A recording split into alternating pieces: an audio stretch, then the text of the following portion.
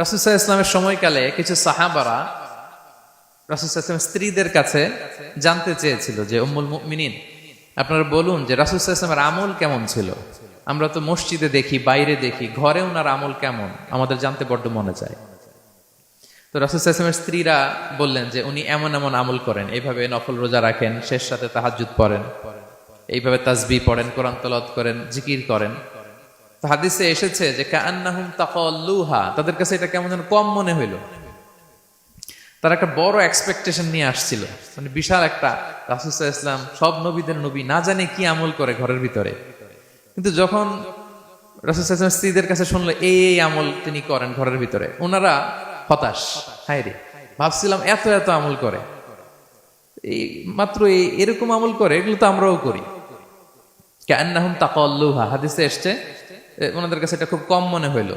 তো তারা একে অপরকে বলতে লাগলো যে এর কারণ হচ্ছে কদ গুফিরা লাহু মা তাকাদ্দামা মিন যামবিহি ওয়া মা তাআখার। আল্লাহ তাআলা তো রাসূল সাল্লাল্লাহু আলাইহি ওয়াসাল্লামের আগের পরের সব গুনাহ মাফ করে দিয়েছে। ওনার তো আদতে কোনো গুনাহই নাই, কিন্তু আল্লাহ তাআলার ঘোষণা হচ্ছে নবী হে, আপনার আগের পরের সব গুনাহ আমি মাফ করে দিলাম। তো সাহাবারা বলতেছেন এর কারণ হচ্ছে ওনার কোনো গুনাহই নাই, সব মাফ, এজন্য ওনার কম করলেও হয়, আমাদের তো এত কম করলে চলবে না। কথা বুঝতে পেরেছেন? তো ওনারা ভাবলো যে না, আমাদের তো আমল বাড়াইতে হবে। তো কি করতে হবে? একজন বলল আমি সারা রাত নামাজ পড়বো, আমি আর ঘুমাবো না। এখন থেকে সারা রাত কি করব?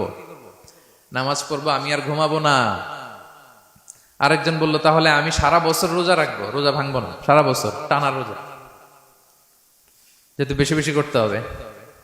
আরেকজন বলল আমি স্ত্রীদের সাথে আর মেলামেশা করবো না, আমার স্ত্রীদের সাথে আমি আমার মতো বৈরাগ্য জীবনযাপন করবো।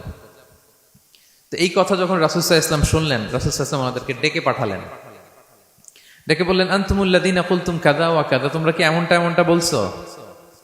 তারা ভয়ে বলতেছে ইয়া রাসূলুল্লাহ, জি আমরা তো এরকম করে ফেলছি, বলে ফেলছি। তখন রাসূল সাল্লাল্লাহু আলাইহি ওয়াসাল্লাম বললেন ওয়াল্লাহি ইন্নী লা আখশাকুম লিল্লাহি ওয়া আতকাকুম লাহু, আল্লাহর শপথ করে বলছি আমি তোমাদের মধ্য থেকে আল্লাহকে সবচেয়ে বেশি ভয় পাই। আমি সবচেয়ে বড় মুত্তাকি, আমার চেয়ে বেশি কেউ আল্লাহকে ভয় পেতে পারে না। তা আমি সবচেয়ে বড় মুত্তাকি, আমি সবচেয়ে বেশি আল্লাহর প্রিয় ভাজন, আমি আল্লাহর সবচেয়ে বেশি ভয় পাই। এরপরেও আমি রাতে ঘুমাই, আবার নামাজও পড়ি, সোম বৃহস্পতিবারে রোজা রাখি, বাকি দিনগুলোতে আমি খাই। আমার তো 11 জন স্ত্রী, আমি সবার সাথে মেলামেশা করি। কই স্ত্রী মেলামেশায়, রোজা রাখা না রাখায়, রাতে ঘুম এবং তাহাজ্জুদ, এই যে ব্যালেন্স করে যে আমি জীবন পরিচালনা করি, এতে আমার মুত্তাকি হইতে তো কোনো সমস্যা হয়নি। আমি শ্রেষ্ঠ নবীর এই মর্যাদা অক্ষুণ্ণ রাখতে তো আমার সমস্যা হয়নি, কিন্তু তোমাদের সমস্যা কোথায়? তখন তিনি একটা অসাধারণ উক্তি করেছিলেন। তিনি বলেছিলেন ফামান রাগিবা আন সুন্নতি ফালাইসা মিন্নি, যে আমার সুন্নতকে অবজ্ঞা করে, মানে আমার যে পন্থা এটা অনুসরণ না করে অন্য কিছু যে করতে চায়, ফালাইসা মিন্নি, সে আমার দলভুক্ত নয়। আল্লাহু আকবার! কি ভারসাম্যবোধ, কি ব্যালেন্সড লাইফস্টাইল, কি পরিমিতি বোধ তিনি আমাদের শিখিয়েছেন। তাহলে বোঝা গেল সারা রাত ইবাদত করলেই ওইটা শ্রেষ্ঠ ইবাদত হয় না। কারণ রাসূল সাল্লাল্লাহু আলাইহি ওয়াসাল্লাম ঘুমাতেন, আবার ইবাদত করতেন, স্ত্রীদের সাথে মিলতেন, সামাজিক কাজ করতেন, মাঝে মাঝে নফল রোজা রাখতেন, মাঝে মাঝে অনেকদিন রাখতেন না। This is balance, this is Islam. এবং এর চেয়ে শ্রেষ্ঠ ইসলাম আর হতে পারে না। তার মানে বোঝা গেল রাসূল সাল্লাল্লাহু আলাইহি ওয়াসাল্লামের চাইতে যদি এক কাঠি বেশি বোঝেন আপনি, এটা ইসলাম হবে? এটা হবে বাড়াবাড়ি, ঠিক কি না? রাসূল সাল্লাল্লাহু আলাইহি ওয়াসাল্লাম যেমনটি যেমনটি করেছেন ঠিক তেমনটি তেমনটি করার নাম ইসলাম। এবং এভাবেই আল্লাহ তাআলার ভালোবাসা পাওয়া সম্ভব, এছাড়া পাওয়া সম্ভব। তাহলে মূল আলোচনায় যাওয়ার আগে এটা হচ্ছে ইন্ট্রোডাক্টরি পয়েন্ট 1, যে আল্লাহ তাআলার ভালোবাসা পাওয়ার 1 নম্বর শর্ত হচ্ছে রাসূল সাল্লাল্লাহু আলাইহি ওয়াসাল্লামের অনুসরণ। তার চেয়ে যদি বেশি ইবাদত করেন ওইটা ইসলাম নয়, তার চেয়ে বেশি বুজুর্গি দেখাইতে গেলে ওইটা বুজুর্গি নয়। তিনি যেমন যেমন করেছেন ঠিক তেমন তেমন করার নামই ইসলাম, এবং সেটার মাধ্যমে আল্লাহ তাআলার ভালোবাসা পাওয়া সম্ভব। এই পয়েন্টটা বুঝছেন না সবাই? আচ্ছা, ইন্ট্রোডাক্টরি পয়েন্টের 2 নাম্বার কথা হচ্ছে আমরা কি করে বুঝবো যে আল্লাহ তাআলা আমাদের ভালোবাসেন? কিভাবে বুঝবো যে তিনি আমাদেরকে পছন্দ করেন, ভালোবাসেন? এটা বোঝার কিছু সিস্টেম আছে। 1 নম্বর সিস্টেম হচ্ছে আপনি জাস্ট দেখুন যে আপনি নিজেকে কোন কাজে ব্যস্ত রেখেছেন। আপনি আপনাকে কোন কাজে ব্যস্ত রেখেছেন, আপনার লাইফস্টাইলের দিকে তাকান, লুক অ্যাট ইউর লাইফস্টাইল, আপনি নিজেই বুঝে যাবেন। আপনি যদি দেখেন যে না, আপনার ভালো ভালো কাজে আপনার ব্যস্ততা, আপনার এঙ্গেজমেন্ট ভালো লোকদের সাথে, আপনার সার্কেলটা ভেরি গুড সার্কেল, ভালো কাজে আপনার মন টানে, আপনি ভালো কাজ করেন, যদি আপনার কার্যক্রম এরকম হয়, তাহলে বুঝে নেবেন আল্লাহ তাআলা আপনাদেরকে ভালোবাসেন। আলহামদুলিল্লাহ। আর যদি দেখেন না, যত আকাম কুকাম আছে ওইটার সবার আগে আপনি। যেই কাজে আল্লাহর ক্রোধ আসে, আল্লাহ রাগ হয়ে যান, যেই কাজ ইসলামে করার নিষেধ, যেটাতে তার অসন্তুষ্টি, ওই কাজে আপনার এঙ্গেজমেন্ট, ইনভলভমেন্ট, আপনার সার্কেল গুলো ওই রকম, তাহলে বুঝে নিবেন আল্লাহ ভালোবাসা, এই মহা সৌভাগ্য আপনার কপালে জোটে নাই। তাহলে এটা হচ্ছে একটা সিস্টেম। আল্লাহ আপনাকে ভালোবাসেন কিনা এভাবে বুঝবেন যে আপনি নিজেকে কোন কাজে ব্যস্ত রেখেছেন, একটু দেখুন, আপনি মিলাতে পারবেন। 2 নাম্বার পদ্ধতি হচ্ছে এটা বোঝার যে তিনি আমাকে ভালোবাসেন কিনা, সেটা হচ্ছে পৃথিবীবাসী আপনাকে ভালোবাসে কিনা এটা একটু দেখেন। এই পৃথিবীর ভালো মানুষগুলোর কাছে আপনার একটা গ্রহণযোগ্যতা আছে কিনা এটা দেখেন। এটা দেখলে আপনি বুঝতে পারবেন। সহিহ মুসলিমের একটা ছোট্ট হাদিস শেয়ার করি। রাসূল সাল্লাল্লাহু আলাইহি ওয়াসাল্লাম বলেছেন যে ইন্নাল্লাহা ইযা আহাব্বা আবদান দাআ জিবরিল ফাকালা ইন্নী উহিব্বু ফুলানান ফাআহিব্বা। আল্লাহ তাআলা যখন কোনো বান্দাকে ভালোবাসে তখন তিনি জিবরাইলকে ডেকে বলেন, হে জিবরাইল, আমি আমার এই বান্দাকে ভালোবাসি, তুমিও তারে ভালোবাসো। ফায়ুহিব্বুহু জিবরিল, জিবরাইল আলাইহিস সালাম তারে ভালোবাসতে শুরু করে। শুধু এখানেই না, সুম্মা ইউনাদি ফিস সামা, তারপরে তিনি আকাশে একটা অ্যানাউন্সমেন্ট করেন। ফায়াকুল, তিনি বলেন যে ইন্নাল্লাহা ইউহিব্বু ফুলানান ফাআহিব্বু, ও আকাশবাসীরা, ও ফেরেশতারা, আল্লাহ তাআলা তার এই বান্দাকে ভালোবাসে, তোমরা সবাই তার ভালোবাসো। তখন ফায়ুহিব্বুহু আহলুস সামা, গোটা আকাশবাসী তারে ভালোবাসতে শুরু করে, মানে ফেরেশতারা। তো আল্লাহ তাআলা এবং সকল ফেরেশতারা যখন তাকে ভালোবাসতে শুরু করে, রাসূল সাল্লাল্লাহু আলাইহি ওয়াসাল্লাম বললেন সুম্মা ইউদাউ লাহুল কবুলু ফিল আরদ, তখন পৃথিবীতে তার গ্রহণযোগ্যতা বাড়িয়ে দেওয়া হয়, তার অ্যাকসেপ্টেন্স বাড়িয়ে দেওয়া হয়, সবার কাছে তার একটা গ্রহণযোগ্যতা আছে, সবাই তাকে ভালোবাসে। এটা হচ্ছে একটা পদ্ধতি যে আল্লাহ তাআলা আপনাকে ভালোবাসে কিনা আপনি নিজেই বুঝবেন, যে পৃথিবীবাসী আপনাকে ভালোবাসে কিনা, আপনার কলিগরা আপনাকে ভালোবাসে কিনা, আপনার বন্ধুরা আপনাকে ভালোবাসে কিনা, আপনার নেইবররা আপনাকে ভালোবাসে কিনা, পৃথিবীর ভালো মানুষগুলোর কাছে আপনার গ্রহণযোগ্যতা আছে কিনা। যদি থাকে বুঝবেন আল্লাহ তাআলা আপনাকে ভালোবাসেন, ঠিক কিনা? আল্লাহ তাআলা আমাদেরকে যেন ওই কাতারে শামিল করেন, আমরা পড়ি আমিন। তাহলে আলোচনার টপিক, আল্লাহ তাআলা যাদেরকে ভালোবাসেন। শুরুতে আমরা জানলাম ভালোবাসার পদ্ধতি হচ্ছে, প্রক্রিয়া হচ্ছে একটাই, রাসূল সাল্লাল্লাহু আলাইহি ওয়াসাল্লামের পুঙ্খানু অনুসরণ, তার চেয়ে বেশিও না কমও না, হুবহু অনুসরণ, ঠিক কিনা? 2 নম্বরে জানলাম কি করে বুঝবো, নিজের দিকে তাকান, আপনি কি করেন, what's your activity, what's your engagement, নিজেই বুঝবেন। আর দেখেন যে আশেপাশের মানুষ আপনার ব্যাপারে কি বলে। পৃথিবীবাসী যদি আপনার পছন্দ করে, তার মানে আল্লাহ তাআলাও আপনারে পছন্দ করে। সবাই বুঝতে পেরেছেন? আচ্ছা, এবার সরাসরি কোরআনে চলে যাই, মূল টপিক বিশ্লেষণে। আল্লাহ তাআলা অনেক শ্রেণীর ব্যক্তিকে ভালোবাসেন বলে তিনি ঘোষণা করেছেন। তিনি বলেছেন যে আমি তাদেরকে ভালোবাসি। এর মধ্যে 1 নাম্বার হচ্ছে আল মুহসিনুন। একটু আমার সাথে সাথে বলেন, আল মুহসিনুন। মুহসিনুন মানে হচ্ছে যে ইহসান করে, মানে অন্যের প্রতি অনুগ্রহ দেখায়, অনুগ্রহশীল, অন্যের প্রতি দয়াশীল, অনুগ্রহশীল, এই সমস্ত বান্দাদের আল্লাহ ভালোবাসেন। আল্লাহ বলেন ওয়া আনফিকু ফি সাবিলিল্লাহি ওয়া লা তুলকু বিআইদিকুম ইলা তাহলুকা ওয়া আহসিনু ইন্নাল্লাহা ইউহিব্বুল মুহসিনিন। তিনি বলেন যে তোমরা আল্লাহর রাস্তায় দান করো আর নিজেরা নিজেদেরকে ধ্বংসের মুখে ঠেলে দিও না, আর তোমরা ইহসান করো অন্যের প্রতি, কারণ ইন্নাল্লাহা ইউহিব্বুল মুহসিনিন, আল্লাহ তাআলা মুহসিনিনদের ভালোবাসেন, মানে যারা অন্যের প্রতি অনুগ্রহ দেখায়, অন্যের প্রতি দয়া পরবশ, তাদেরকে আল্লাহ ভালোবাসেন। সুবহানাল্লাহি ওয়া বিহামদিহি। তাহলে পেয়ে গেলাম, মিলায় নেন যে অন্যের প্রতি সফট কর্নার, অন্যের প্রতি দয়া, অনুকম্পা, হেল্পিং হ্যান্ড, হেল্প করার মানসিকতা, অন্যের দুঃখে কাদা, এই মাইন্ডসেট, এই মেন্টালিটি আমাদের আছে কিনা একটু মিলিয়ে নেন। না থাকলে রিমাইন্ডার হিসেবে নেন যে আমরাও যেন মুহসিনুনদের কাতারে শামিল হতে পারি। ইহসান এটা অনেক বড় তবকার একটা আমল। ইবাদতেও ইহসান লাগবে, ইবাদতের বাইরে সামাজিক কর্মকাণ্ড, রাষ্ট্রীয় কর্মকাণ্ড, সব কাজে আল্লাহ তাআলা এই ইহসানকে আবশ্যক করেছেন। অনুগ্রহ, অন্যদের প্রতি অনুগ্রহশীল হওয়া। ইবাদতে ইহসানটা কেমন? সাইয়েদনা জিবরাইল আলাইহিস সালাম রাসূল সাল্লাল্লাহু আলাইহি ওয়াসাল্লামকে জিজ্ঞেস করেছিলেন যে ইয়া রাসূলুল্লাহ ফাআখবিরনি আনিল ইহসান, ইহসান আবার কি, আমাকে একটু বলেন। তো ইবাদতে ইহসানটা কেমন? রাসূল সাল্লাল্লাহু আলাইহি ওয়াসাল্লাম বললেন যে ইহসান হচ্ছে আন তা'বুদাল্লাহা কাআন্নাকা তারাহু ফাইন লাম তাকুন তারাহু ফাইন্নাহু ইয়ারাক। তুমি এমন ভাবে ইবাদত করবে, তুমি ভাববে যে তুমি আল্লাহকে দেখছো, তুমি আল্লাহকে দেখে দেখে ইবাদত করতেছো, এরকম ভাবো না একটু। আর এটা ভাবতে যদি কষ্ট হয়, অন্তত এতটুকু তো ভাবো যে আল্লাহ তোমায় দেখছেন। এতটুকু ভাবা যাবে না? আমরা যখন নামাজ পড়ি, আমাদের প্রত্যেকটা সালাতের মুহূর্তে আমাদের এটা ভাবতে হবে যে আল্লাহ তাআলা কিন্তু আমাকে দেখছেন। এই যে আমি ফিস করে সুবহানা রাব্বিয়াল আলা পড়ি, সুবহানা রাব্বিয়াল আযীম পড়ি, আমি তাসবিহ পড়ি, আমার রুকু সেজদা সবকিছু আমার আল্লাহ দেখছেন। এই সেন্স, এই অনুভূতি যদি আপনার মধ্যে থাকে, এটাই হচ্ছে ইবাদতের ইহসান। আর ইবাদত ছাড়া আমাদের দৈনন্দিন কাজ, পারিবারিক কাজ, সামাজিক কাজ, এই সমস্ত কাজেও কিন্তু আল্লাহ তাআলা ইহসানকে আবশ্যক করেছেন। প্রিয় ভাই এবং বোনেরা, অন্যের প্রতি অনুগ্রহ করাটাকে তিনি কি করেছেন? আবশ্যক করেছেন। একটা ছোট্ট হাদিস শুনি। হাদিসে রাসূল সাল্লাল্লাহু আলাইহি ওয়াসাল্লাম ইরশাদ করছেন যে ইন্নাল্লাহা তাবারাকা ওয়া তাআলা কাতাবাল ইহসানা আলা কুল্লি শাই। আল্লাহ তাআলা সব কিছুর উপর ইহসানকে আবশ্যক করেছেন, সব কিছুর উপর। মুমিনের সব কাজে ইহসান থাকতে হবে, অন্যের প্রতি অনুগ্রহের পরশ থাকতে হবে। এবার মজার একটা পার্ট আসছে হাদিসে, খেয়াল করে শুনি। রাসূল সাল্লাল্লাহু আলাইহি ওয়াসাল্লাম বলেন ফাইদা কাতালতুম ফাআহসিনুল কিতলা। আল্লাহ তাআলা সব জায়গায় ইহসানকে আবশ্যক করেছেন। এমন কি ফাইদা কাতালতুম, যখন তোমরা কতল করবে কাউকে, ফাআহসিনুল কিতলা, ইহসানের সাথে কতল করো। সুবহানাল্লাহ বললেন না? প্রসঙ্গটা কি? হত্যার প্রসঙ্গটা। রাষ্ট্রীয় কাজে হয়তো ডেথ পেনাল্টি, তার মৃত্যুদণ্ড দিতে হবে। রাসূল সাল্লাল্লাহু আলাইহি ওয়াসাল্লাম বলেন ফাইদা কাতালতুম ফাআহসিনুল কিতলা, মৃত্যুদণ্ড দিবা কিন্তু ইহসানের সাথে দিও। আপনি চাইলেই তার কান কেটে ফেলতে পারবেন না, তাকে শ্বাসরুদ্ধ করতে পারবেন না, পেট্রোল দিয়ে তার দেহ জ্বালিয়ে দিতে পারবেন না, চাইলেই এই দেহটারে আপনি নষ্ট করতে পারবেন না। রাষ্ট্রীয় কাজে বিচারে সাব্যস্ত হয়েছে তার এখন ডেথ পেনাল্টি, মৃত্যুদণ্ড কার্যকর করবেন, ঠিক আছে, কিন্তু সেখানে ইহসানের সাথে। ফাইদা কাতালতুম ফাআহসিনুল কিতলা, মৃত্যুদণ্ড কার্যকর করার সময় ইহসানের সাথে করো। ওয়া ইদা যাবাহতুম ফাআহসিনুয যাবাহা, জবাই করার সময় ইহসান করো। সুবহানাল্লাহ। করতেছি জবাই, করতেছি কি? তো মেরে ফেলতেছি প্রাণীটাকে খাওয়ার জন্য।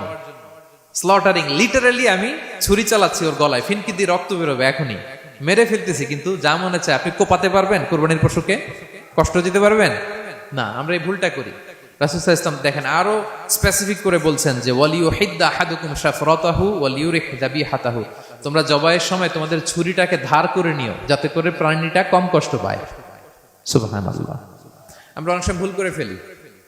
আমরা গরু শোয়ানোর পরেই রশি কোথায়, এই ছুরি কোথায়, এই কষাই কোথায়, এই যে 7 জনের নামে জবাই হবে এদের নাম কোথায়, গরুটাকে আমরা কষ্ট দিচ্ছি। রাসূল সাল্লাল্লাহু আলাইহি ওয়াসাল্লাম বলে না, মুমিনের প্রতিটি কাজে ইহসানের পরশ থাকে।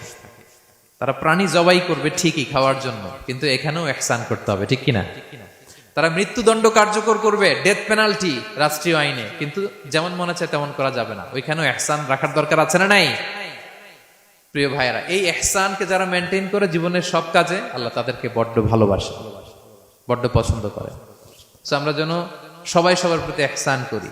স্বামী স্ত্রীর প্রতি ইহসান করুন, স্ত্রী স্বামীর প্রতি ইহসান করুন, বাবা সন্তানের প্রতি, সন্তান বাবার প্রতি, পরিবারের সকল সদস্যদের প্রতি ইহসান করুন, কর্মচারীদের প্রতি ইহসান করুন, সহকর্মীদের প্রতি ইহসান করুন।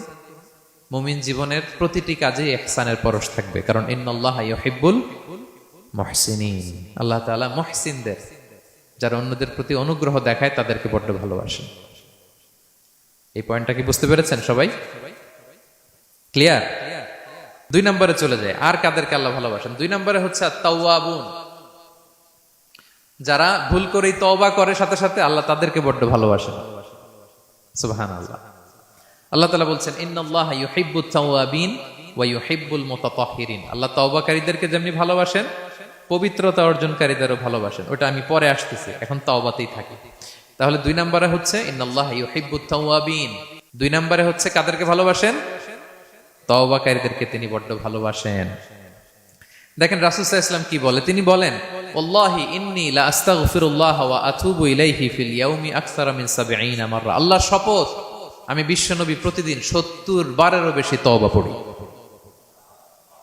যার আগেও কোনো গুনাহ নাই, পরেও কোনো গুনাহ, উনি তওবা করে কয়বার? 70 বার। আমাদের তো কোনো গুনাহ টুনা নাই, তাই না? হ্যাঁ, আমাদেরও গুনাহ আছে নাকি? বস্তা ভরা। তো বিশ্বনবী যদি 70 বার তওবা করেন ডেইলি বেসিস, আমাদের করা দরকার কয়বার? যার যার কাছে ছেড়ে দিলাম, বলেন। হ্যাঁ, 70,000 বার করা দরকার, ঠিক কিনা? প্রিয় ভাইরা, তাওবা কি? তাওবা মানে ফিরে আসা আল্লাহর কাছে। ভুল করেছি, অনুতপ্ত হয়ে আল্লাহর কাছে ফিরে আসবো, এটার নাম তাওবা। To return back to your Lord, আল্লাহর কাছে ফিরে আসবেন। এই ফিরে আসাটাকে আল্লাহ খুব পছন্দ করেন। এখানেই শয়তান আর আমাদের মধ্যে পার্থক্য। শয়তান ভুল করে করছি তো করছে, ওইটার মধ্যেই সে অটল অবিচল, ক্ষমা আর চাইনি। কিন্তু আমরা সকালে ভুল করে দুপুরে মাফ চাই, দুপুরে করে রাতে মাফ চাই, আজকে ভুল করে কালকে মাফ চাই, ঠিক কিনা? এই মাফ চাওয়াটাকে, ফিরে আসাটাকে, তার গুনাহগার বান্দা অনুতপ্ত হয়ে, রিয়েলাইজেশন হয়ে, বুঝতে পেরে ফিরে আসাটাকে তিনি বড্ড পছন্দ করেন, বড্ড পছন্দ করেন। এজন্য ভুল আমাদের হবে প্রিয় ভাইরা। আল ইনসান মিনান নিসিয়ান, আমাদের নামটাই এসেছে ভুল থেকে। আমরা ভুলে যাই, ভুল হয়ে যায় আমাদের, কিন্তু ক্ষমার রাস্তা, তওবার রাস্তা খোলা আছে না নাই? এটা হচ্ছে আমাদের জন্য আশা, হোপ। আমরা হোপফুল, সবসময় আশাবাদী। যত ভুল হোক, যত ভুল আপনি করেন, এটা খেয়াল রাখবেন, ভুল আপনি যতই করেন না কেন, তার রহমতের দরিয়া তার চাইতেও বড়, তার ক্ষমার মহাসাগর তার চাইতেও বিস্তৃত, যত ভুল আপনি করেন না কেন। এজন্য আল্লাহ তাআলা বলেন, ইয়া আইয়ুহাল্লাযীনা আমানু তুবু ইলাল্লাহি তাওবাতান নাসুহা, ওহে বিশ্বাসীরা, একনিষ্ঠভাবে তওবা করো, ফিরে আসো আমার দিকে। ফাফিররু ইলাল্লাহ 24/7। পৃথিবীর কোনো দরজা 24 ঘন্টা খোলা থাকে না। রাত 3টার দিকে যদি আপনি উঠে জায়নামাজটা বিছিয়ে যে ভুলটা করছেন ওটা স্মরণ করে চোখের পানি ছেড়ে মাফ চান, ক্ষমা করবেন না তিনি? হ্যাঁ, ক্ষমা দেওয়ার জন্য তিনি বসে আছেন। এজন্য ভুল হইলে আমরা পড়বো আস্তাগফিরুল্লাহ। কি পড়বো? পড়েন, আস্তাগফিরুল্লাহ রাব্বি মিন কুল্লি যামবি ওয়া আতুবু ইলাইহি। পড়েন, আস্তাগফিরুল্লাহাল্লাযী লা ইলাহা ইল্লা হুয়াল হাইয়ুল কাইয়্যুম ওয়া আতুবু ইলাইহি। এটা পড়ে আল্লাহর কাছে ফিরে আসবেন, অনুতপ্ত হবেন, আল্লাহ ভুল করে ফেলেছে, আল্লাহ তুমি ক্ষমা করো, আল্লাহ তুমি ক্ষমা করো, আল্লাহ আমরা ভুল করে ফেলেছি। ভুল সবাই করে, কে না করে? হ্যাঁ, কুল্লু ইবনে আদম খাত্তা। বিষ্ণু বলেন তোমরা সবাই ভুলকারী, কিন্তু ওয়া খায়রুল খাত্তাইনা আত-তাওয়াবুন, এই ভুলকারীদের মধ্যে শ্রেষ্ঠ যে ভুল করেই তওবা করে। তওবা করতে রাজি আছেন তো? সবাই রাজি আছেন? আমার প্রিয় ভাইয়েরা, এই তওবার দৃশ্যটা দেখতে আল্লাহ বড্ড পছন্দ করে। বান্দা যখন ভুল বুঝতে পারে, মাথাটা নিচু করে চোখের পানি ছেড়ে বান্দা যখন কাঁদতে শুরু করে, এই দৃশ্যটা দেখলে আল্লাহ সহ্য করতে পারে না। আল্লাহর রহমতের দরিয়ায় জোশ খেলে যায়, বান্দা যা চায় আল্লাহ তাই দিয়ে দেয়। তখন চোখের পানির এত বড় পাওয়ার। এজন্য আমরা ভুল করে যেন অটল না থাকি, আল্লাহর কাছে যেন ক্ষমা চাই, আমরা যেন ফিরে আসি তার দরবারে। তার দরবার সবসময় খোলা। এবং তিনি এই তওবার বা ফিরে আসার দৃশ্যটা দেখতে কত পছন্দ করেন শোনেন। রাসূল সাল্লাল্লাহু আলাইহি ওয়াসাল্লাম বলেন, ওয়াল্লাযী নাফসি বিয়াদিহি, তার শপথ যার হাতে আমার আত্মা, লাউলাম তুযনিবু, তোমরা যদি ভুল না করতে, লা যাহাবাল্লাহু বিকুম, আল্লাহ তোমাদেরকে ধ্বংস করে দিতেন। ওয়ালা জাআ বিকওমিন, আল্লাহ এমন এক জাতি তৈরি করতেন, ইউযনিবুন, ওরা খালি ভুল করতো, ফায়াস্তাগফিরুন, আর ক্ষমা চাইতো, ফায়াগফিরুল্লাহু লাহুম, আর আল্লাহ তাদের ক্ষমা করতেন। তোমরা যদি ভুল না করতে, এই বনি আদম, তোমরা যদি ভুল না করতে, তোমাদেরকে আল্লাহ তাআলা ধ্বংস করে এমন একটা গোষ্ঠী বানাইতেন যারা খালি ভুল করতো আর মাফ চাইতো, ভুল করতো আর মাফ চাইতো, আর আল্লাহ মাফ করে দিত। সুবহানাল্লাহ বললেন না? গাফিরিয যামবি ওয়া কাবিলিত তাওব, তিনি পাপ মোচন করার জন্যই তো তিনি আমার রব, তওবা কবুল করার জন্যই তো তিনি আল্লাহ সুবহানাহু ওয়া তাআলা, তিনি রব্বে কারীম। তার দয়ার কোনো শেষ নাই, তার মায়ার কোনো শেষ নাই। আমরা যখন তওবা করি, অনুতপ্ত হই, চোখের পানি ছেড়ে যখন কাঁদি, আল্লাহ যে কত খুশি হয় এটার একটা উপমা হাদিসে এসেছে, সহিহ মুসলিমের হাদিস। রাসূল সাল্লাল্লাহু আলাইহি ওয়াসাল্লাম বলেন, লাল্লাহু আশাদ্দু ফারাহান বিতাওবাতি আবদিহি হিনা ইয়াতুবু ইলাইহি, কেউ যখন তওবা করে আল্লাহ কত খুশি হয় জানো? শোনো, ওই ব্যক্তির চাইতে আল্লাহ বেশি খুশি হয়ে যায় যে ব্যক্তি মরুভূমিতে সফরে বেরিয়েছে, সাথে তার বাহন বা উট, ওই উটের মধ্যেই তার পানি বা খাবার, হঠাৎ করে উটটা হারায় গেছে। শুনতেছেন? মরুভূমিতে উট নিয়ে বের হয়েছিল সফরে, উটের মধ্যে তার পানি, তার খাবার, তার বেঁচে থাকার সমস্ত মাধ্যম, কিন্তু হঠাৎ করে উট কি হয়ে গেছে? হারায় গেছে। উট খুঁজে আর পায় না, দৌড়াতে দৌড়াতে হয়রান। কত দৌড়াবে? ধুধু মরু প্রান্তর, কয়েক ঘন্টা দৌড়ালেই তো সে তৃষ্ণার্ত হয়ে মারা যাবে। দৌড়াতে দৌড়াতে হাঁপাতে হাঁপাতে শেষ, জীবনের আশাও শেষ, যে উট যেহেতু পাই নাই, আজকে সারাদিন দৌড়ালে তো তৃষ্ণা আমি মারাই যাব রাতে। তো জীবনের আশা ভরসা শেষ করে হাঁটতে হাঁটতে হাঁপাতে হাঁপাতে হঠাৎ একটা গাছের সন্ধান পেল। ওই গাছের নিচে যে এত ক্লান্ত, তৃষ্ণার্ত, হাঁপাতে হাঁপাতে ঘুমায় গেছে, হতাশ, আমার বাঁচার আর কোনো মাধ্যম নাই, আমার উঠ হারায় গেছে, ওইখানেই পানি, ওইখানেই খাবার। ক্লান্ত শ্রান্ত হয়ে তৃষ্ণার চোটে ঘুম চলে আসছে। হঠাৎ ঘুম থেকে জেগে ওঠে, ওটটা পাশি দাঁড়ায় আছে। যে ওটের উপরে তার পানি এবং খাবার ছিল, পুরা মরুভূমিতে দৌড়াইতে দৌড়াইতে আবার সন্ধ্যাবেলায় এসে মালিকের সামনে দাঁড়ায় আছে। সে ঘুম থেকে উঠি তাড়াতাড়ি করে রশি ধরে ফেলছে ওটের। পুরোটা হাদিসের অনুবাদ শোনাচ্ছি। তো ওটের রশি ধরে বেচারা এত খুশি, এত খুশি, এত খুশি যে খুশির চোটে ও বলতে আরম্ভ করছে, আল্লাহুম্মা আনতা আবদি ওয়া আনা রাব্বুক। আল্লাহ, তুমি আমার গোলাম, আমি তোমার রব। তুমি দয়া করে এই ওটটা ফিরাই দিছো, আজকে তুমি ওটটা ফিরাই না দিলে আমি তো মরে যেতাম। আল্লাহ, প্রশংসা তোমার। খুশির চোটে। কিসের চোটে? খুশির চোটে কথা উল্টায় গেছে। সে এত খুশি, সে আনন্দে এত উদ্বেলিত, এত খুশি, সে বলতেছে আল্লাহ, আল্লাহুম্মা আনতা আবদি, আল্লাহ তুমি আমার গোলাম। খুশিতে আল্লাহুম্মা আনতা আবদি, আল্লাহ তুমি আমার গোলাম, ওয়া আনা রাব্বুক, আমি তোমার রব। তোমার দরবারে লাখো কোটি শুকরিয়া। আল্লাহ কেঁদে কেঁদে বলতেছে। তা আল্লাহ বলে, ওইরকম একটা পরিস্থিতিতে যে তার জীবনের আশা ছেড়েই দিয়েছিল, হঠাৎ করে ওট ফিরে পাওয়ার পরে খুশির চোটে সে যখন আমি আল্লাহরে ওর গোলাম বানায় আর ওরে আমার রব বানায়, ওই লোকটা ওই মুহূর্তে ঠিক যত খুশি, আমার কোনো বান্দা তওবা করে যখন আমার কাছে ফিরে আসে, আমি আল্লাহ ওই বান্দার উপর তার চাইতে বেশি খুশি হয়ে যায়। আল্লাহু আশাদ্দু ফারাহা। ওই ব্যক্তি কত খুশি হইলে আল্লাহর গোলাম বানায়, কত খুশি হইলে সে সেন্স হারায় ফেলে যে আল্লাহ তুমি আমার গোলাম, আমি তোমার রব। কখন বলে? খুশিতে সে মাতোয়ারা। আল্লাহ বলে, ওই মাতোয়ারা ব্যক্তি ওই মুহূর্তে যত খুশি, আমার কোনো বান্দা ভুল করে বোঝার পরে যখন চোখের পানি ছেড়ে আমার কাছে তওবা করে, আমি আল্লাহ তার চাইতে বেশি খুশি হয়ে যা।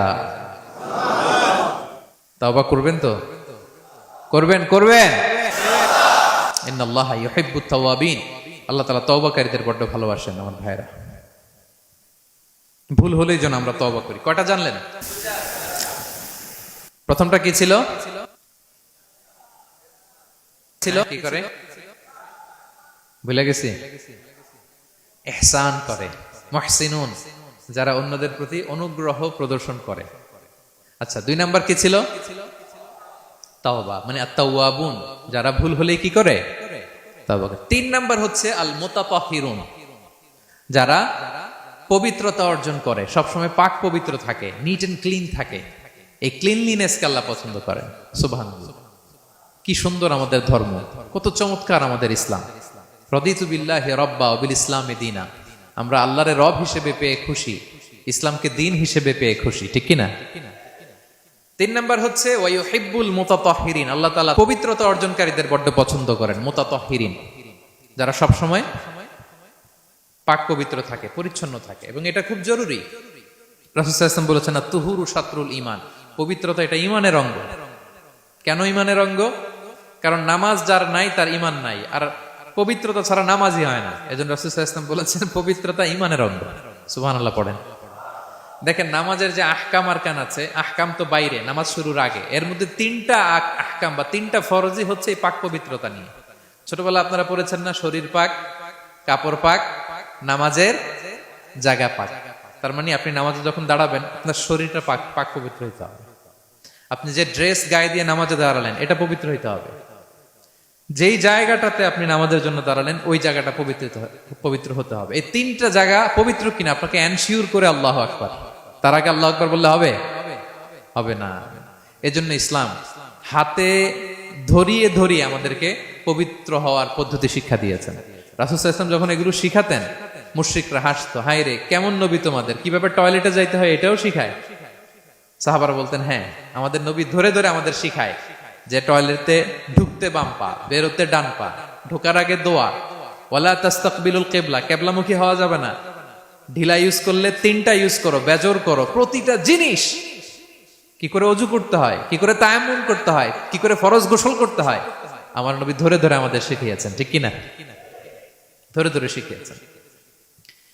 কিভাবে ওযু করবেন, রাসূল সাল্লাল্লাহু আলাইহি ওয়াসাল্লাম গামলা নিয়ে তিনি দেখিয়েছেন। কিভাবে তায়াম্মুম করবেন, মাটিতে বাড়ি দিয়ে তায়াম্মুম করে দেখিয়েছেন। কেমন করে মেসওয়াক করবেন দেখিয়েছেন। কিভাবে আতর ইউজ করবেন দেখিয়েছেন। ক্লিনলিনেসের যত দিক হতে পারে সব বিশ্বনবী আমাদের শিখিয়েছেন। এমনকি কালামুল্লাহ মাজিদে আল্লাহ তাআলা আমাদেরকে সুস্পষ্ট জানিয়েছেন, ইয়া আইয়ুহাল্লাযীনা আমানু ইযা কুমতুম ইলা সলাতি ফাগসিলু উজুহাকুম, যখন নামাজে দাঁড়াবা আগে ওযু করো। ফাগসিলু উজুহাকুম, যারা আরবি বোঝেন, আগে মুখ ধুয়ে নাও। ওয়া আইদিয়াকুম ইলাল মারাফিক, তারপরে দুই হাত কোণী পর্যন্ত ধুয়ে নাও। ওয়ামসাহু বিরুউসিকুম, তারপর মাথা মাসে করে নাও। ওয়া আরজুলাকুম ইলাল কাবাইন, এরপরে টাকনু পর্যন্ত দুই পা ধুয়ে নাও। ওযু হয়ে গেল না? হয়েছে না? এবার ধরে ধরে আমাদেরকে শেখানো হয়েছে। যদি গোসল ফরজ হয়, ওয়া ইন কুনতুম জুনুবান ফাত্তাহহারু, গোসল ফরজ হলে গোসল করে নাও। এখন অজু গোসলের জন্য পানি নাই, তো অজু আর গোসলের জন্য যদি পানি না থাকে, ফালাম তাজিদু মাআন ফাতায়াম্মামু সাঈদান তাইয়্যিবা, পবিত্র মাটি দিয়ে তায়াম্মুম করো। দেখেন, অজুও শিখাইলো কোরআন, তায়াম্মুমও শিখাইলো কোরআন। পাক পবিত্র হওয়ার, ক্লিনলিনেসের যত আয়োজন আছে সব আল্লাহর কোরআনে আছে না নাই? সব আল্লাহ তাআলা আমাদেরকে জানিয়ে দিয়েছেন। এবং আম্মা জান আয়েশা রাদিয়াল্লাহু তাআলা আনহা আল্লাহ রাসূল সাল্লাল্লাহু আলাইহি ওয়াসাল্লামকে জিজ্ঞেস করেছিলেন, ইয়া রাসূলুল্লাহ, কিয়ামতের দিন এত নবীর উম্মত, কোটি কোটি মানুষ, আপনি আপনার উম্মতকে চিনবেন কি করে? এত মানুষ থাকবে, আপনি কি করে চিনবেন? রাসূল সাল্লাল্লাহু আলাইহি ওয়াসাল্লাম বললেন, ইন্না উম্মতি ইয়াতুনা ইয়াউমাল কিয়ামাতি গুররাম মুহাজ্জালিনা মিন আসারিল wudu। তিনি বললেন, অজুর চিহ্ন দেখে আমি আমার উম্মত চিনব। আমার যে সমস্ত উম্মতেরা অজু করে নামাজ পড়েছে, অজুর পানি তাদের গায়ের যেই যেই জায়গায় লেগেছে, এই জায়গাগুলো কিয়ামতের দিন রেডিয়াম বাতির মতো জল জল জল জল করে জ্বলতে থাকবে। আমি এটা দেখে চিনে ফেলবে আমার উম্মত, নামাজি, পাক্কা নামাজি। আল্লাহু আকবার। এবং অতিরিক্ত পবিত্রতা অর্জনের জন্য কিছু সাহাবীদেরকে আল্লাহ স্পেশালি কোরআনে অ্যাপ্রিশিয়েট করেছেন। তারা হচ্ছে মসজিদে কোবা পল্লীর আশেপাশে যে সাহাবারা, তারা অতিরিক্ত পবিত্রতা অর্জন করতেন। আল্লাহ তাআলা বলেন, ফিহি রিজালুন ইউহিব্বুনা আন ইয়াতাতাহহারু, এই মসজিদে কোবার আশেপাশে এমন কিছু মুসল্লি আছে যারা পছন্দ করে পবিত্রতা অর্জন করতে, বেশি পবিত্রতা অর্জন করতে তারা পছন্দ করে। আর ওয়াল্লাহু ইউহিব্বুল মুত্তাহিরিন, আল্লাহ তাআলা অতিরিক্ত পবিত্রতা অর্জনকারীকে ভালোবাসেন, পছন্দ করেন। সুবহানাল্লাহ পড়ে। তো তাদের প্রশংসা যখন আল্লাহ তাআলা কোরআনে করলেন, বিষ্ণু ইসলাম তাদেরকে ডাকলেন, বললেন, ও কোবাপল্লীর সাহাবীরা, ঘটনা কি? তোমাদের নাম বিশেষভাবে আল্লাহ তাআলা কোরআনে উল্লেখ করেছে যে ফিহি রিজালুন ইউহিব্বুনা আন ইয়াতাতাহহারু, কি তোমাদের এমন গুণ, তোমরা কিভাবে পবিত্রতা অর্জন করো? তারা বলতে আরম্ভ করলো যে নাতাওয়াদ্দাউ লিস-সালাহ, আমরা নামাজের সময় ওযু করি, ওয়া নাগতাসিলু মিনাল জানাবা, গোসল ফরজ হলে গোসল করি, ওয়া নাস্তানজি বিল মা, আর পানি দিয়ে ইস্তেনজা করি। সুবহানাল্লাহ। এই পানি দিয়ে ইস্তেনজা করাটা আল্লাহ পছন্দ করেছেন। ওনাদের সময় ওনারা পানি দিয়ে ইস্তেনজা করতো না, পাথর দিয়ে, ঢিলা দিয়ে তারা ক্লিন হয়ে যেত। এর কারণ হচ্ছে তাদের খাদ্য প্রক্রিয়াটা এমন ছিল, ড্রাই ফ্রুট খেত, তো খেজুর, গোশত, রুটি, তো তাদের স্টুলটা ওইরকম হইতো। আরবের লোকদের অনেকের এই স্টুলটা এরকম হয়। যেমন আমাদের যখন কখনো কোষ্ঠকাঠিন্য হয়, তখন দেখবেন যে আমাদেরও এরকম হয়। তা আমরা যখন স্টুল পাস করি, তখন আমাদের এই পায়ুপথটা মূলত বেরিয়ে আসে, স্টুল পাস করে, আবার পায়ুপথ আমাদের দেহের ভেতরে চলে যায়। ফলে যখন কারো কোষ্ঠকাঠিন্য হয়, তখন দেখা যায় যে তারা টিস্যু ইউজ করা লাগে না। আমাদেরও কখনো কখনো এরকম হয় না? হয়। তো ওনাদের সারা বছর একই রুটিন, ওনাদের আসলে টিস্যু ইউজ করা লাগে না, ওনাদের স্টুলটাই এরকম। কিন্তু এরপরেও ওই সাহাবারা এক্সট্রা পানি ইউজ করতেন। আমরা যেমনি কল ঘোরালেই পানি, ওই সময় পানি এত অ্যাভেলেবল ছিল না, সপ্তাহে একদিন গোসল করার সুযোগ পেতেন। পানি মানে এটা গোল্ডের মতো দাম, ডায়মন্ডের মতো দাম পানি মরুভূমিতে। তো তারা বলে, ওয়ানাস্তানজি বিল মা, আমরা পানি জমিয়ে রাখি, সেই পানি দিয়ে ইস্তেনজা করি। রাসূল সাল্লাল্লাহু আলাইহি ওয়াসাল্লাম বললেন, ক্বালা ফাহুয়া যাক ফাআলাইকুমু, তাহলে এটাই সেই কারণ, এটাই সেই কারণ, এজন্যই আল্লাহ তাআলা স্পেশালি কোরআনের ভেতরে তোমাদের নাম তুলে দিয়েছেন। পড়ুন সুবহানাল্লাহ। আমরা যেন এই পবিত্রতাকে গুরুত্ব দেই প্রিয় ভাইয়েরা, কারণ আল্লাহ তাআলা তিনি বলছেন, ইন্নাল্লাহা ইউহিব্বুত তাওয়াবিন, তিনি তাওবাকারীদের যেমনি ভালোবাসেন, ওয়া ইউহিব্বুল মুতাতাহহিরিন, তিনি পবিত্রতা অর্জনকারীদেরকে ভালোবাসেন। আমরা যেন ওযু করার সময় খুব ভালোভাবে করি। রাসূল সাল্লাল্লাহু আলাইহি ওয়াসাল্লাম যখন বললেন ওযুর পানি যেখানে লাগে ওটা জল জল করে জ্বলবে, তো আবু হুরায়রা রাদিয়াল্লাহু তাআলা আনহু হাত তো ধুইতে হয় কোনি পর্যন্ত, উনি এতটুকু ধুইতেন। উনি বলতেন যে কিয়ামতের দিন আমার হাত এতটুকু পর্যন্ত জল জল করবে। কি মাইন্ডসেট ওনাদের, সুবহানাল্লাহ বিহামদিহি। তো আমরা যেন এই ক্লিনলিনেসের সর্বোচ্চ নাজরানা পেশ করি, সর্বোচ্চটা যেন আমরা সবসময় মেসওয়াক করা, পারফিউম ইউজ করা, অজু গোসল যেন আমরা করি, ফলে আমরা মুতাতাহহিরিন, পবিত্রদের অন্তর্ভুক্ত হতে পারবো। আর আল্লাহ তাআলা পবিত্রদের বড্ড ভালোবাসেন। বুঝতে পেরেছেন? তাহলে 1 নম্বরে মুহসিনুন, যারা ইহসান করে, 2 নম্বরে যারা তাওবা করে, 3 নম্বরে যারা পবিত্র থাকে, 4 নম্বরে আল মুত্তাকুন, যারা আল্লাহ তাআলাকে ভয় পায়। আল্লাহ তাআলা বলছেন বালা মান আওফা বিআহদিহি ওয়াত্তাকা ফাইন্নাল্লাহা ইউহিব্বুল মুত্তাকিন। হ্যাঁ, যারা ওয়াদা রাখে, আল্লাহকে ভয় করে, আল্লাহ তাআলা এই মুত্তাকিদের বড্ড ভালোবাসেন। মুত্তাকি অর্থাৎ আল্লাহ সচেতনতা, আল্লাহ ভীরুতা যাদের ভেতরে আছে, যে কোনো পরিস্থিতিতে তারা ভাবে যে আল্লাহ তাআলা আমাকে দেখছেন, এই সেন্স, এই অনুভূতি যার মধ্যে আছে সে মুত্তাকি। তা আমরা মানুষের সামনে যেভাবে যেরকম সৎ থাকি, আমরা যদি মানুষের চক্ষুর আড়ালেও সৎ থাকি তাহলে আমরা মুত্তাকি। বুঝতে পেরেছেন? মুত্তাকির তাকওয়ার অনেক সংজ্ঞা আছে, অনেক সংজ্ঞা।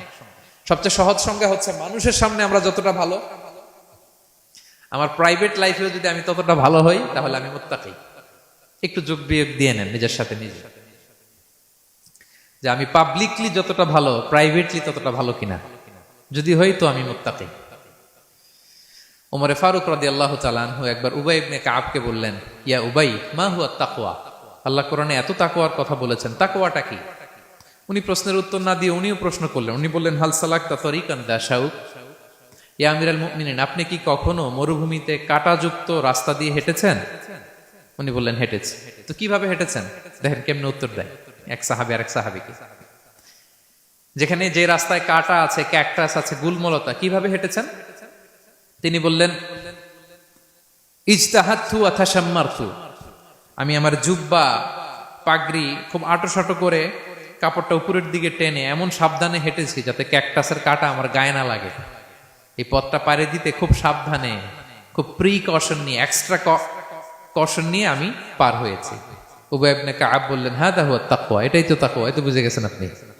আপনি একটু আগে প্রশ্ন করছেন তাকওয়া কি, এটাই তাকওয়া। বলে তাই নাকি? তিনি বললেন হ্যাঁ।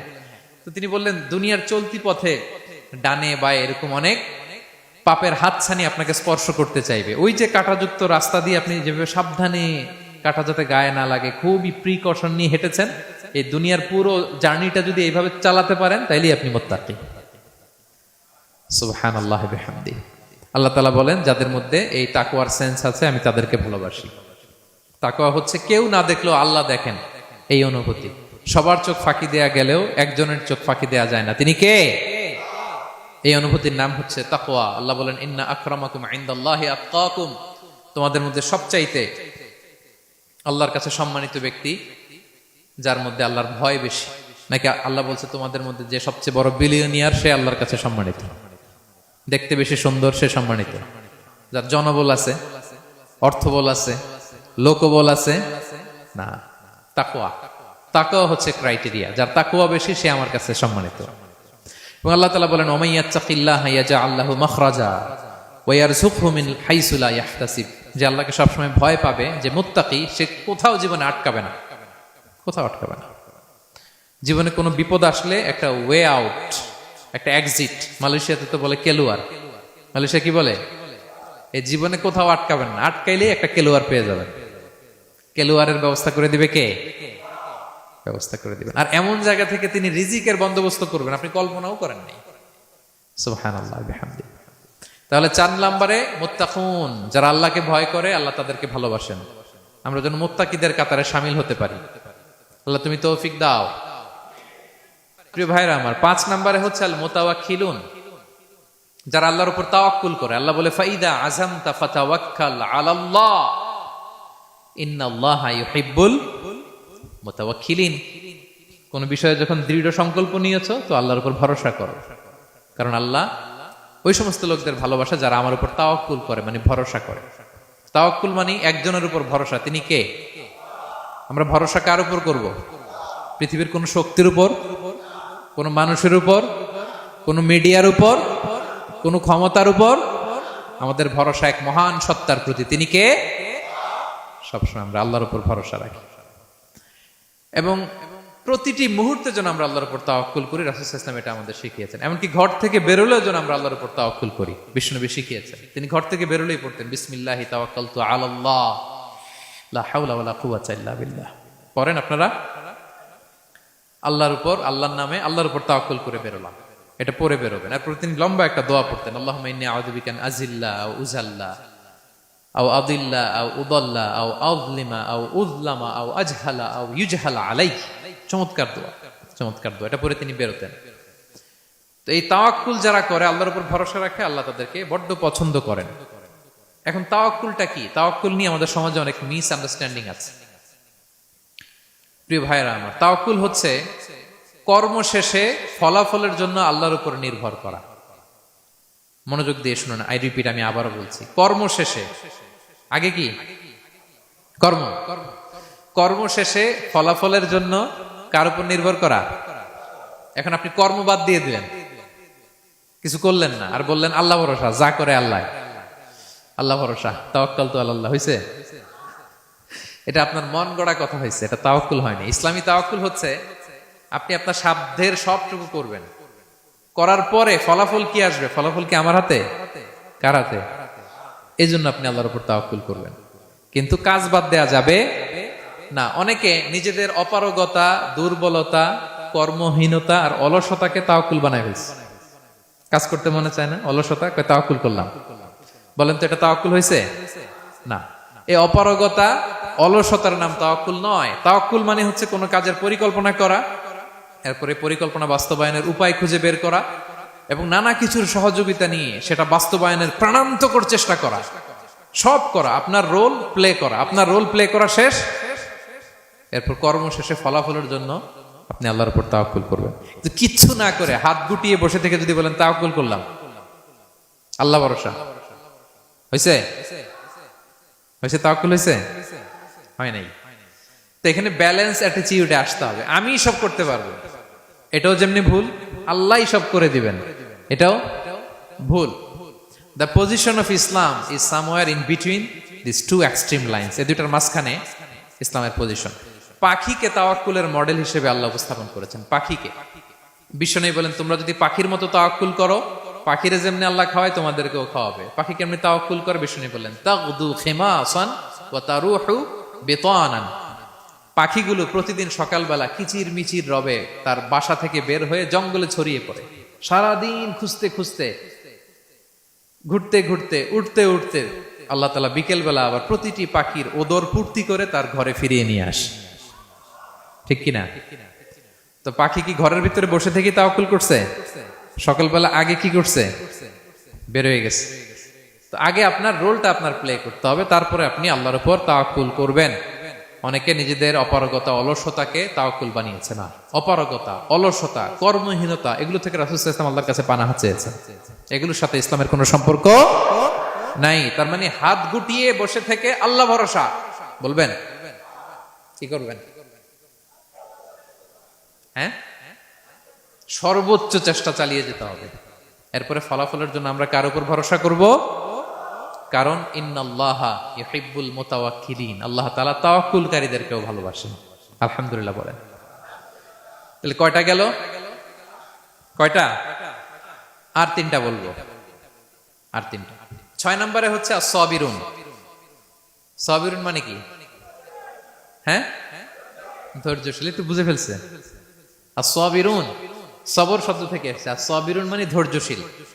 যারা আল্লাহর উপর ধৈর্য, বিপদে আপদে, আল্লাহর দেয়া বিপদে যারা ধৈর্য ধারণ করে, ওই ধৈর্যশীল ব্যক্তিদেরকে আল্লাহ তাআলা পছন্দ করেন। আল্লাহ তাআলা বলেন, ওয়া কাআইয়্যিম মিন নাবিয়্যিন ক্বাতালা মাআহু রিব্বিয়ুনা কাসীর ফামা ওয়াহানু লিমা আসাবাহুম ফি সাবিলিল্লাহ ওয়া মা দুউফু ওয়া মাস্তাকানু ওয়াল্লাহু ইউহিব্বুস সাবিরিন।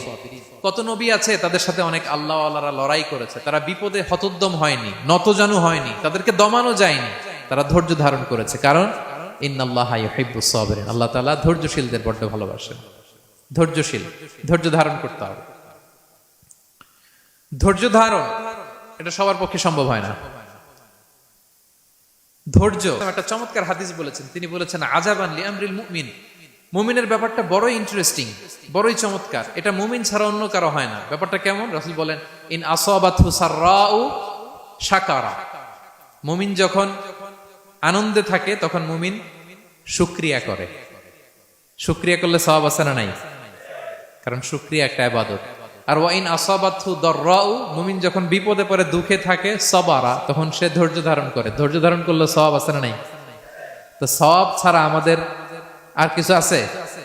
আমি জীবনে হয় সুখী নয় দুঃখী, কি বলেন? আমাদের জীবনের চলতি পথে হয় কখনো আমরা সুখী নয়, সুখের সময় কি করি? শুকর করি। শুকর করলে সওয়াব আছে না নাই? আর দুঃখের সময় কি করি? সবর করি। সবর করলে সওয়াব আছে না নাই? তাহলে হয় শুকর নয় সবর। এই দুইটা ইবাদত মুমিন জীবনে সর্বদা চলমান। কেমন একটা উইন উইন সিচুয়েশন। সুবহানাল্লাহ পড়বেন না? একটা উইন উইন সিচুয়েশন। এজন্য প্রিয় ভাইরা, মাথা গরম করবেন না, কখনোই অস্থির হবেন না, আতঙ্কিত হবেন না, ধৈর্য ধারণ করুন। কারণ ধৈর্য এমন একটা গাছ, চারি গায়ে কাটা, কিন্তু ফলটা বড় মিষ্টি। এজন্য আল্লাহ তাআলা বলেন ইন্নাল্লাহা ইউহিব্বুস সাবিরিন। আল্লাহ তাআলা ধৈর্যশীল বান্দাদেরকে পছন্দ করেন। কয়টা গেল? 6টা। 7 নম্বরে আল মুকসিতুন। মুকসিতুন মানে হচ্ছে ন্যায়পরায়ণ, যে ইনসাফের সাথে ফায়সালা করে, যে পার্সিয়ালিটি করে না, হ্যাঁ, 2 নাম্বারই করে না। বিচার করতে যে যখন রায় দেয় ন্যায়সঙ্গত ভাবে রায় দেয়, ঘুষ খেয়ে বায়াজ হয়ে কোনো রায় দেয় না, তাদেরকে আল্লাহ পছন্দ করে। কিন্তু আমাদের বিচার ব্যবস্থার দিকে তাকান, গোটা বিশ্বব্যাপী আছে না নাই?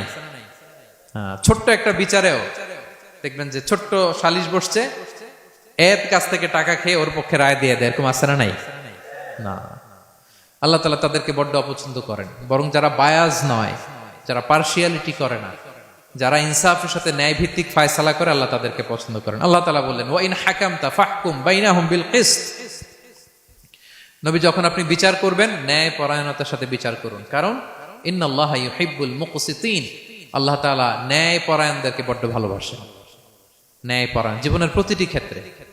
পার্সিয়ালিটি আপনি করতে পারবেন না, আপনার মধ্যে কোনো বায়াসনেস থাকতে পারবে না। আল্লাহ বলেন কিয়ামতের দিন আমি যে মিজানের পাল্লা বসাবো, ওয়া নাদাউল মাওয়াজিনাল কিসতা লিয়াউমিল কিয়ামা, এই মিজানের পাল্লা, এর মধ্যে কোনো বায়াসনেস নাই। ফামান ইয়ামাল মিসকালা যাররাতিন খাইরান ইয়ারা, অনুপরিমাণ ভালো এটাও ওজন হবে, অনুপরিমাণ খারাপ এটাও ওজন হবে। ফালা তুযলামু নাফসুন শাইআ, সেদিন কারো প্রতি বিন্দু পরিমাণ জুলুম করা হবে না। ন্যায় বিচারের মানদণ্ড তিনি সেদিন কায়েম করবেন। আর দুনিয়াতে যারা ন্যায় বিচার করে, ন্যায় ভিত্তিক ফায়সালা করে, তাদেরকে আল্লাহ ভালোবাসেন। সুবহানাল্লাহ পড়েন। রাসূল সাল্লাল্লাহু আলাইহি ওয়াসাল্লাম কতটা ন্যায়পরায়ণ ছিলেন শুনেন। 8ম হিজরিতে তিনি যখন মক্কা বিজয় করলেন, মক্কার লোকেরা তার হাতে বায়াত হলো, তিনি অল্প কিছুদিন এখানে 20 দিনের মতো ছিলেন মক্কায়। তো ইন দ্য মিন টাইম মক্কার কুরাইশ গোত্রের একটা শাখা, এটার নাম হচ্ছে বনু মখজুমিয়া। বনু মখজুমিয়া গোত্রের একটা নারী চুরিতে ধরা পড়ল। তো চুরি করলে ইসলামের বিধান কি? আস-সারিকু ওয়াস-সারিকাতু ফাকতাউ আইদিয়াহুমা, হাত কেটে দাও। এখন সাহাবারা বলতে লাগলো, হায় রে, এই নতুন মাত্র কুরাইশরা কালিমা পড়ে মুসলমান হইল, রাসূল সাল্লাল্লাহু আলাইহি ওয়াসাল্লাম যদি এখনই এই মহিলার হাত কেটে দেয় তাহলে এখানে তো একটা ঝামেলা হবে। কিন্তু আমরা তো কেউ বলারও সাহস রাখি না। কে যে বলবে নবীর কাছে যে নবী এই আজকের জন্য, এবারের জন্য এই মহিলারা মাফ করে দেন, হাত কেটে দিয়েন না? কেউ সাহস করতে পারে না। পরে রাসূল সাল্লাল্লাহু আলাইহি ওয়াসাল্লামের পালক পুত্রের ছেলে উসামা বিন যায়েদ, হিব্বু রাসূলিল্লাহ, উনাকে রাসূল সাল্লাল্লাহু আলাইহি ওয়াসাল্লাম বড্ড ভালোবাসতেন। সবাই বলে উসামারে যে বল, সে তো নাতির মতো। যায়েদ হচ্ছে পালক পুত্র, পালক পুত্রের ছেলে তো নাতি, হাসান হোসেনের মতো আদর করতেন। তো তাকে যে বলো, সবাই বললো উসামা আমরা কেউ পারবো না, তুমি যে বলো। তো উসামা ছোট মানুষ যে বলতেছে, ইয়া রাসূলুল্লাহ, সবাই বলতেছে এবারের জন্য একটু মাফ করে দেয়া যায় না, এই মহিলাটারে একটু মাফ করে দেয়া যায় না? রাসূল সাল্লাল্লাহু আলাইহি ওয়াসাল্লাম রেগে গেলেন। তিনি বললেন, তোমাদের আগে বনি ইসরাইলের এই স্বভাব ছিল, ধনীরা চুরি করলে মাফ করত, গরিবরা চুরি করলে বিচার কার্যকর করত। শুনে রাখো কুরাইশের লোকেরা, শুনে রাখো মক্কাবাসী, লাউ আন্না ফাতিমাতা বিনতি মুহাম্মাদিন সারাকাত লা কাতাআ মুহাম্মাদুন ইয়াদাহা। আরে বনু মখজুমিয়ার মেয়ে তো দূর কি বাত, আমার কলিজার টুকরা নয়নের পুতলি ফাতেমাও যদি আজকে চুরিতে ধরা পড়তো, তার হাত কেটে দিতে আমি মুহাম্মদ 1 সেকেন্ডও দেরি করতাম না। আমার মেয়ে ফাতেমা যদি চুরিতে দোষী সাব্যস্ত হতো, তার হাত কাটতে আমি সময় নিতাম না। দিস ইজ ইসলাম।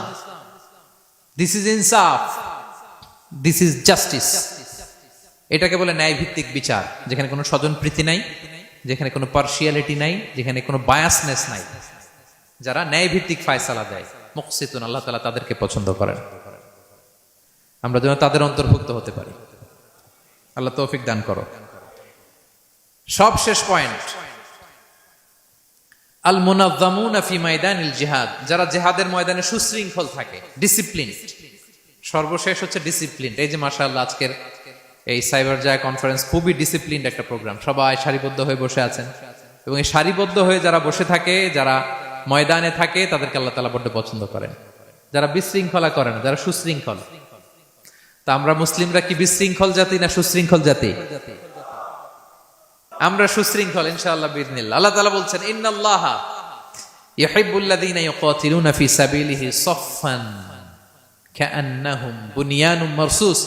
আল্লাহ ওই বান্দাদের ভালোবাসেন যারা জিহাদের ময়দানে সফফান, সফফান মানে সারিবদ্ধ, কাতারে কাতার, এবং এমন কাতার কাআন্নাহুম বুনিয়ানুম মারসুস, যেন এটা মজবুত একটা সীসা ঢালাই করা প্রাচীর। সুবহানাল্লাহ। সাহাবারা নামাজের কাতারে পায়ের সাথে পা লাগিয়ে দাঁড়াতেন, কাঁধের সাথে কাঁধ লাগিয়ে দাঁড়াতেন। পিছন থেকে বিশ্বনবীরে অ্যাটাক করতে গেল 10 মিনিট লাগবে। সব সাহাবাদেরকে আক্রমণ করে বিশ্বনবী পর্যন্ত পৌঁছাতে তাদের অনেক সময় লেগে যাবে, এমন সীসা ঢালা প্রাচীরের মতো তারা পেছনে দাঁড়াতেন। সুবহানাল্লাহ। তো যারা জিহাদের ময়দানে সুশৃঙ্খল ভাবে দাঁড়ায়, ডিসিপ্লিনড ম্যানারে, ওয়েল অ্যারেঞ্জড ম্যানারে, ওয়েল অর্ডার্ড ম্যানারে, আল্লাহ তাআলা তাদেরকে বড্ড পছন্দ করেন। আর যারা বিশৃঙ্খলা করে তাদেরকে আল্লাহ পছন্দ করেন না।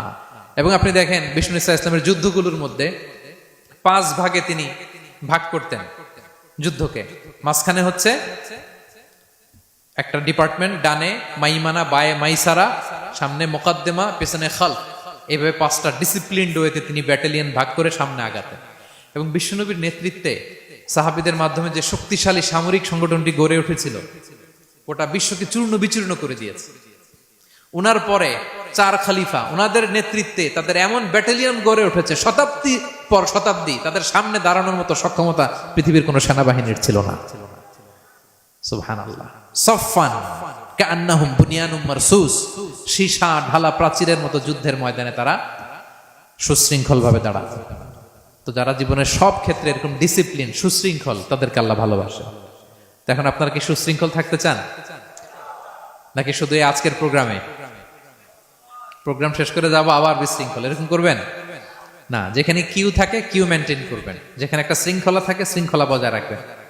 এই ময়দানে ভ্রাতৃত্বের বন্ধনে সুশৃঙ্খল যারা থাকবে তাদের হাতে আল্লাহ তাআলা নেতৃত্ব তুলে দিবেন, ঠিক কিনা? আমরা যেন সুশৃঙ্খল থাকতে পারি। আল্লাহ তাআলা তুমি আমাদেরকে তৌফিক দান করো। তাহলে মোট কয় শ্রেণীর কথা বললাম যাদেরকে আল্লাহ তাআলা ভালোবাসেন? 1 নম্বরে কি ছিল? আল মুহসিনুন, যারা অন্যের প্রতি ইহসান করে, অনুগ্রহ করে। 2 নম্বরে আত তাওয়াবুন, যারা তওবা করে। 3 নম্বরে আল মুতাতাহহিরুন, যারা সবসময় কি থাকে?